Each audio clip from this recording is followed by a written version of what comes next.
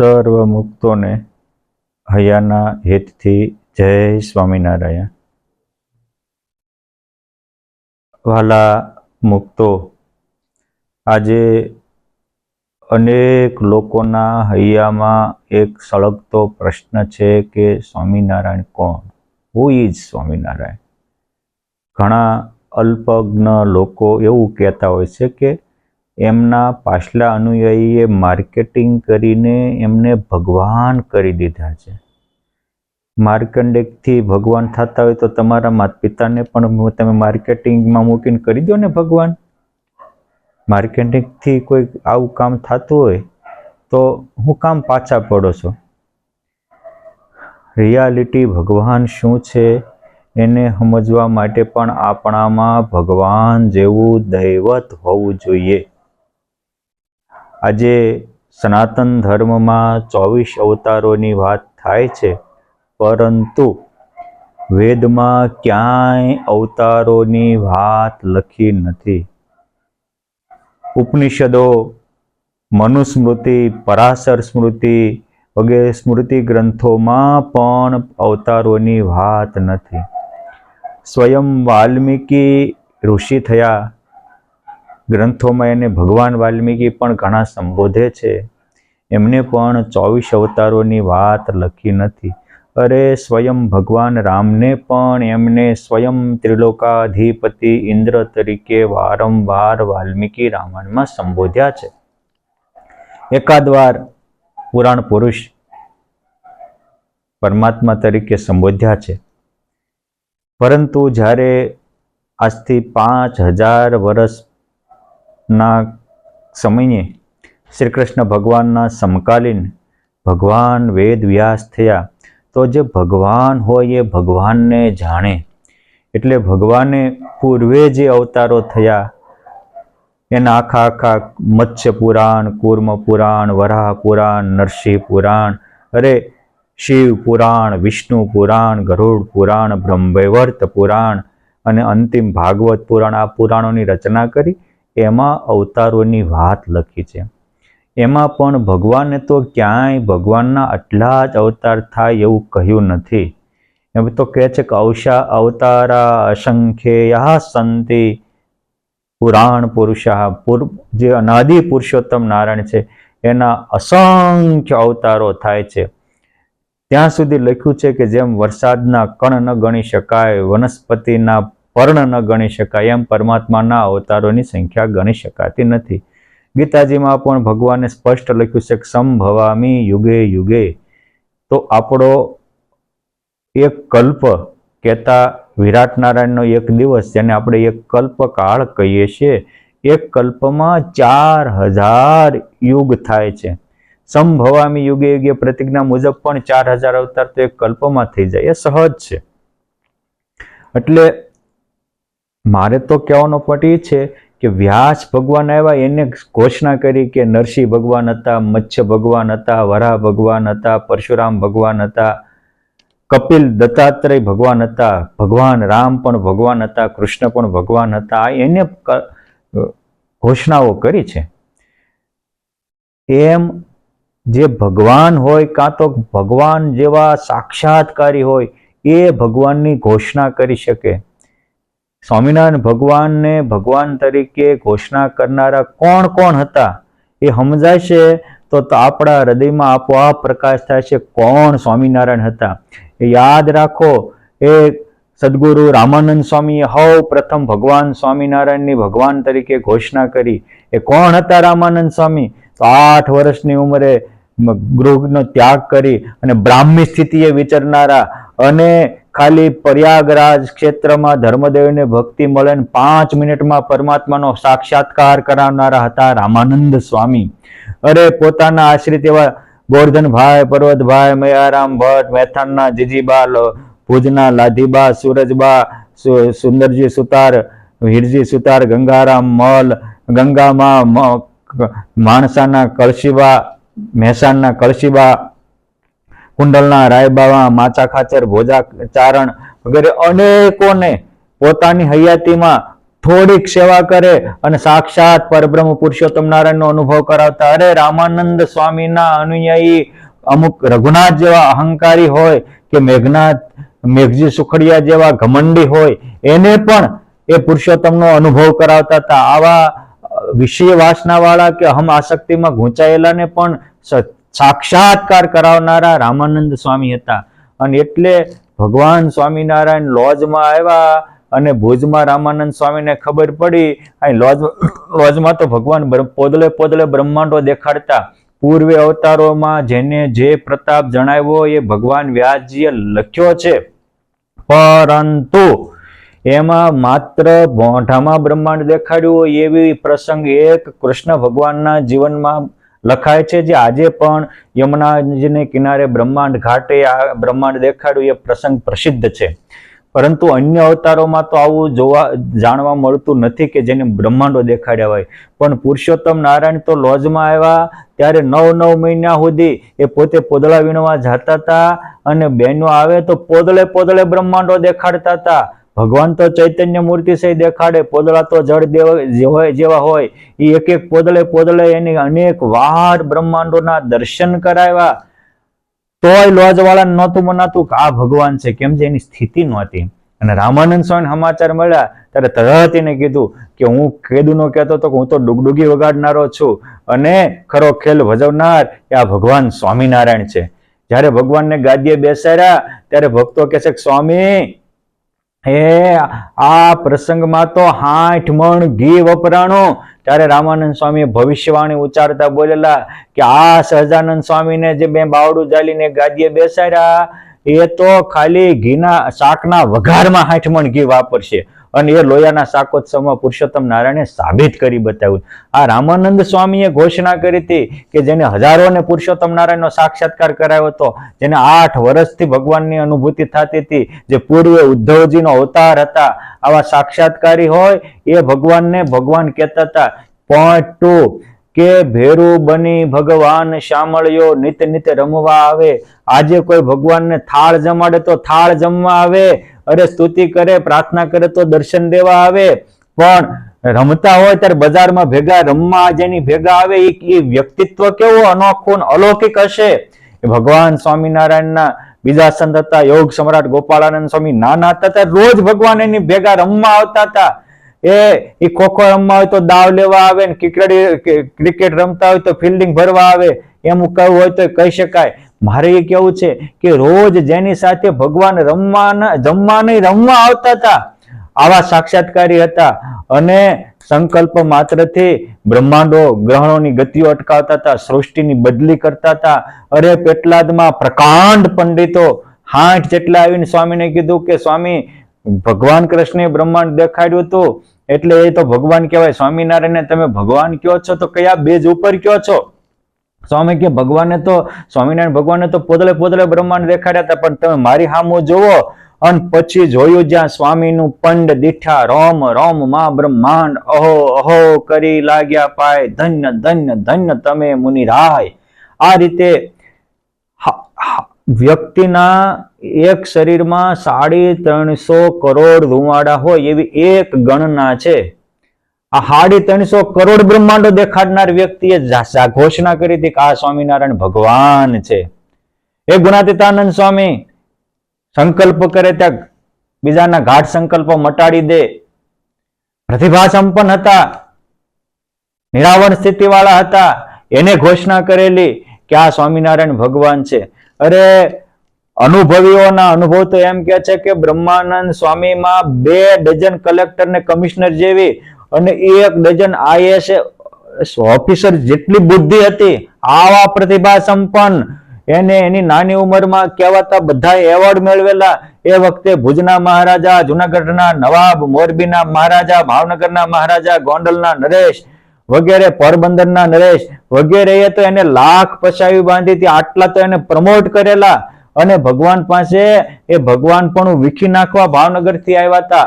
પણ પુરુષોત્તમ નારાયણની પ્રતિભા જો એના સંકલ્પ સર્વ સત્ય થયા ત્યારે એને ઘોષણા કરી હતી કે આ સ્વામિનારાયણ ભગવાન છે. મેં ઢાઢી મહારાજ કો હાજર સદા હુકમ, ગાઉ જશ ગોવિંદ કોણ પાઉ જશ ભરપૂર. આ આટલી પ્રતિભા સંપન્ન પુરુષોત્તમ નારાયણે એક એક જો એનું કોઈ સ્વામિનારાયણ નામ સાંભળે ત્યાં મોટા મોટા ગોળા પ્રાંતના મહારાજાઓ હોય અને એને અનુભૂતિ થાય અને રાજપાટ છોડી અને ચાલી નીકળતા હતા. એ વખતે દુનિયામાં વિશ્વમાં જે ટોપ લેવલના કહેવાય એ આધ્યાત્મિક ક્ષેત્રના મહાન હોય, રાજકીય ક્ષેત્રના મહાન હોય, શિલ્પ ક્ષેત્રના મહાન હોય, કોઈ પણ ફિલ્ડના મહાન ને બુદ્ધિશાળીમાં બુદ્ધિશાળી હોય એ બધા જ પુરુષોત્તમ નારાયણને પોતાના અનુભવથી સ્વીકારી અને એને સ્વામિનારાયણને ભગવાનને અનુભવ કરીને એને માન્યતા. પોઈન્ટ બીજો હું તમને કહું, કાન ખોલીને સાંભળી લો. સ્વામિનારાયણ શું છે એ માર્કેટિંગ વાળા ભગવાન નથી. હું તમને કહું છું કે સાંભળી લો કે 21 વર્ષનો યુવાન, માત્ર 21 વર્ષ. કેટલા? 21 વર્ષ. આજે તમારા બધાને સંસારમાં અનેકને 21-22 વર્ષના દીકરા દીકરીઓ હોય જ છે અને એની શું અપેક્ષાઓ હોય અને શું ઈચ્છાઓ હોય, શું અભરખા હોય, એનાથી આપ બધા જ પરિચય છો. 21 વર્ષના ઉંમરના ને રામાનંદ સ્વામી એ સમજીને ગાદીએ બેસાડ્યા અને માગવાનું કીધું ત્યારે એને એ માગ્યું કે મારા આશ્રિતને કરોડો વીછીની વેદનાનું દુઃખ હોય એ મારો આશ્રિત થાય, એને ન થાય. મારા આશ્રિતને અન્નજન વસ્ત્રને આબરૂ કરીને દુખાવાનો હોય તો હું રામપાત્ર માગીને ખાઈશ, પણ મારો ભક્ત દુઃખી ન થાય.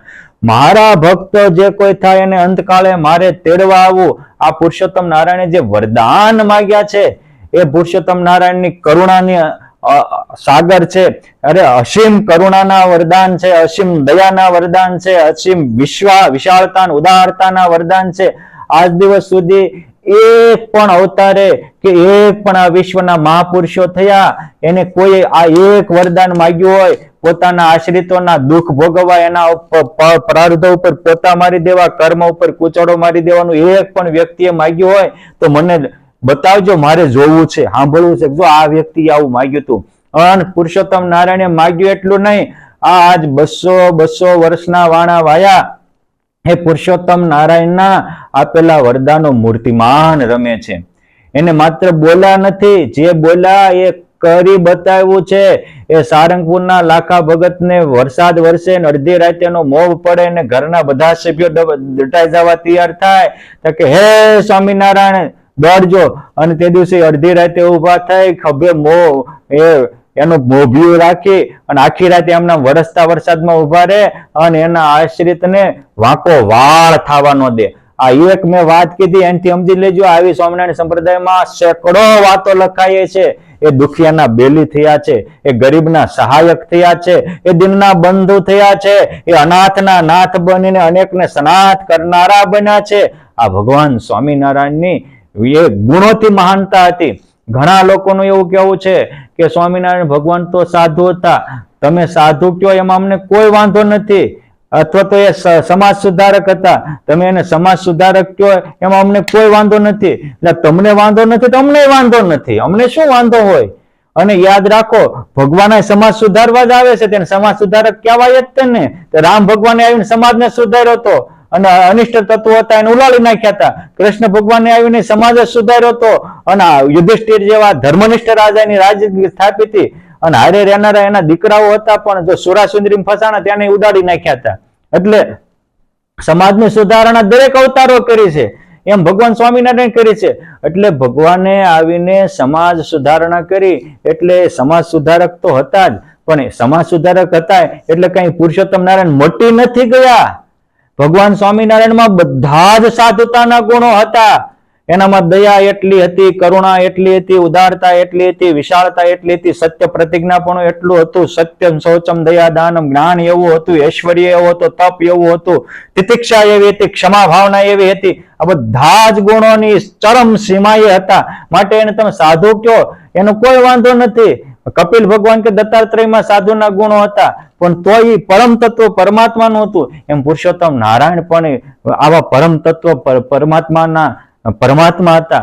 માટે કોણ છે સ્વામિનારાયણ? કઈ સ્વામિનારાયણને હાલી મવાલીએ માની નથી લીધા. જેથી સ્વામિનારાયણ ભગવાન ગાદીએ બેઠા તેથી હાવ નાસ્તિકો હતા, વિરોધીઓ હતા, મારો કરીને આવતા હતા. ભગવાનને ગઢપુરમાં 200 ખાખીઓ મારી નાખવા આવ્યા હતા. ભગવાને નરસિંહ રૂપે દર્શન દીધા.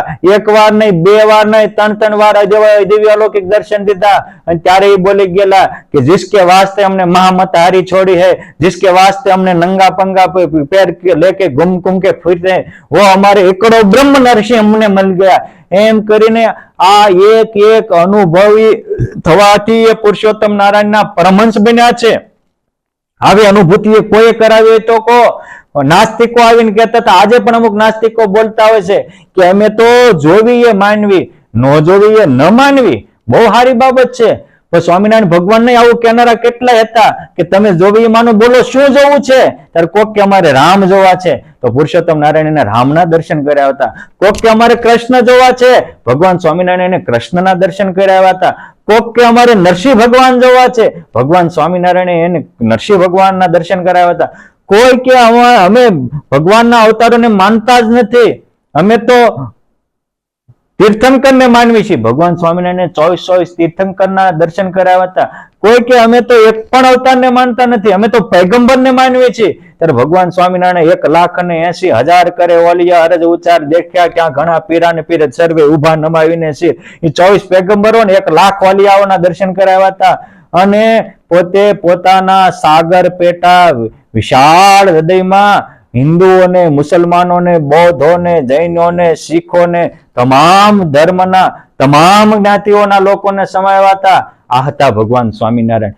અને બોલીને નહીં, અનુભવીને એક જે આવ્યા એને કોક કે અમે માનતા જ નથી, તમે આ તો જમપુરી ને સ્વર્ગ નરક ના બધું તમારી રીતે ઉભું કર્યું છે. ભગવાન સ્વામિનારાયણે ચપટી વગાડીને એને યમપુરીના પણ દર્શન કરાવ્યા હતા. આમ યમપુરીના દર્શન કરાવીને અનેક નાસ્તિકને આસ્તિક કર્યા હતા. અને આવા તો કેટલાય મોટા મોટા પછી એકાંતિક ભક્તરાજ બની ગયા હતા. એ પછી વિસનગરનો લાલદાસ સુબો હોય કે બીજા એવા ઘણા છે કે જેને જમપુરી દેખાડી અને સત્યની પ્રતીતિ કરાવી હતી. આમ પુરુષોત્તમ નારાયણને એક લોકોએ સત્યની પ્રતીતિ કરીને સ્વીકાર્યા છે, એમ નામ નથી સ્વીકાર્યા. અને કોઈ હોય તો એની અનુભૂતિઓ હતી. અને આજે પણ 200 વર્ષે એની અનુભૂતિઓ વય નથી ગઈ. મારા વાલીડાઓ, આજે પણ પૂર્વગ્રહથી પર થાવ અને એકવાર આવીને જુઓ તો ખરા, તમને અનુભવ થશે. આજે ઘણા બોલતા તો હોય છે કે સ્વામિનારાયણ અહીંયા સુખી બહુ છે, હોય જ તેને. એના ભગવાને આવા કરુણાના સાગરે લાવીને વરદાન માંગ્યા છે. એ વરદાનના પ્રતાપે આજે બધા સુખિયા હોય છે. માટે કોણ છે સ્વામિનારાયણ? તો જેને નાનપણથી જેને યારે ભગવાન શિવ વાતો કરતા હતા, રામ વાતો કરતા હતા, શ્રી કૃષ્ણ વાતો કરતા હતા, ગોરધનનાથ વાતો કરતા હતા, આવા સાક્ષાત્કારી મહાપુરુષોએ એના ઈષ્ટદેવ ઘણાને તો દર્શન કીધું હતું, તારે આત્યંતિક કલ્યાણ કરવું હોય તો તમે સ્વામિનારાયણ ભગવાનને શરણે જાઓ, તમારો બેડો પાર થશે. અને આવા મહાપુરુષોએ પોતાની બુદ્ધિની પારાશીશીથી પ્રમાણ કરીને પુરુષોત્તમ નારાયણને પ્રમાણિત કર્યા છે. જેમ અત્યાર સુધી પહેલા કોઈ નહોતા કર્યા, વ્યાસ ભગવાને અન્ય અવતારોથી એને પ્રમાણિત કર્યા.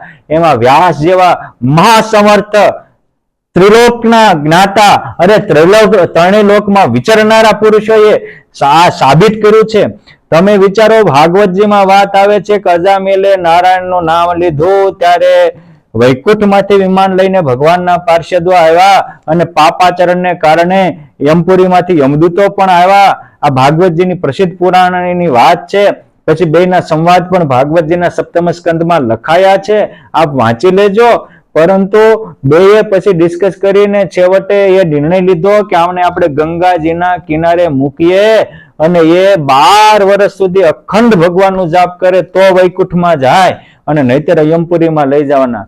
આ રીતે કન્ડિશન ઉપર છોડી અને બે દૂતો, યમદૂતો યમપુરીમાં ગયા છે ને વૈકુંઠનાથના દૂતો વૈકુંઠ લોકમાં ગયા છે. મારે એ કેવું છે કે ધામમાંથી મુક્ત આવેલા હોય અને સંવાદ થાય ત્યારે આ પરિસ્થિતિ સર્જાણી. મારે કોઈ કોણ હું છે એ સમજ કેવું નથી, પરંતુ સામર્થ્ય ઉપરથી આપ પણ તોલ માપ કરી શકો. પુરુષોત્તમ નારાયણના પરમહંસ જાય અને જમપુરીમાં જાય, 14 કરોડ જમદૂતો ભાગી જાય અને નરકના કુંડ ખાલી થાય. અને મુક્તાનંદ સ્વામી જેવા પ્રતિભા સંપન્ન પ્રસ્થાનત્રય પર ભાષ્ય રચનારા, નાનપણથી વેદ વેદાંતના પારંગત, રામાયણ આદિ ગ્રંથોના તો પોતે પ્રવક્તા હતા, એવા એ બોલે કે વાલે નરકના કુંડ ખાલી કર્યા, ભૂખ્યા જમગણ કર ઘસી પસ્તાય. એ સ્વામિનારાયણનો પ્રબળ પ્રતાપ છે. આ એક મહાપુરુષોની અનુભૂતિઓ છે. માટે એ અનુભૂતિને આ બ્રહ્માંડ ફરશે તો કોઈ મિટાવી શકશે નહીં. માટે કોણ સ્વામિનારાયણ હતા એ આજે તમે થોડુંક બુદ્ધિના લેવલથી ચકાસીને બુદ્ધિશાળીઓને કેમ સમજાય એ હેતુથી આ મેં વાત કરી છે. કોઈને કઈ શંકા હોય તો આપ પણ સમાધિ કરી અને જે રીતે એ સંતોએ અનુભવ કર્યો એમ અનુભવ કરી લેજો. સમાધિ કરવાની શક્તિ ન હોય તો સ્વામી સમાધિ વાળાએ જે સદગ્રંથો લખ્યા છે એ વાંચી લેજો. વાંચવાની શ્રદ્ધા ન હોય તો માત્ર 24 કલાક એકાગ્ર મન રાખી અને પુરુષોત્તમ નારાયણની મૂર્તિ સામે બેસી અને પૂર્વગ્રહ મૂકીને સ્વામિનારાયણ નો જપ કરજો. ચેલેન્જ આપું, તમને પણ અનુભૂતિ થશે. પરંતુ અહમને આસક્તિ વાળાને તો રામ પણ નથી ઓળખાણા, કૃષ્ણ પણ નથી ઓળખાણા, કોઈ અવતાર નથી ઓળખાણા, કોઈ મહાપુરુષો નથી ઓળખાણા. અહમને આસક્તિ વાળો તો તેદી ગોથા ખાતા, અત્યારે ગોથા ખાવાના છે ને બીજાને ગોથા ખાતા શીખવાડવાના. પરંતુ એક વાત યાદ રાખજો કે એકડિયા બગડિયા વાળા ભણનારાએ 12મા ધોરણ વાળાનું કોઈ દિવસ સાચું જજમેન્ટ ન આપી શકે. એમ જેનામાં હજી વ્યસન ભરપૂર છે, જે હજી પંચ વિષયનો ત્યાગ કરી શકતા નથી, અરે આજનું સાયન્સ પણ સ્વીકારે છે એવા વ્યસનને છોડી શકતા નથી, અને હવારમાં વહેલા ઉઠીને નાઈ પણ હકતા નથી, એવા માણસના બબડાટથી કોઈ ફરક નહીં પડે. અને આવા બબડાટીઓ બીજાને તમને ખોટા રસ્તે દોરતા હોય તો એનાથી સજાગ સાવધાન રહેજો. સ્વામિનારાયણ ભગવાન એના મુક્તો બ્રહ્માંડ કોટી નજરે નિહાળે, જાણે થવાનું થયું તે પણ સર્વકાળે. એવા એના મુક્તો પણ કરોડો બ્રહ્માંડોને નજરે નિહાળતા, એવા તો એની ઉપાસનાથી આવા મુક્તો પાક્યા હોય તો એ જેની ઉપાસના કરતા હોય એ પુરુષોત્તમ નારાયણ નું શું કહેવું. આ હતા ભગવાન સ્વામિનારાયણ. સ્વીકારો, સમજો, સુખી થાવ અને આપણા જીવનને ધન્ય બનાવો. અસ્તુ. ધન્યવાદ. જય સ્વામિનારાયણ.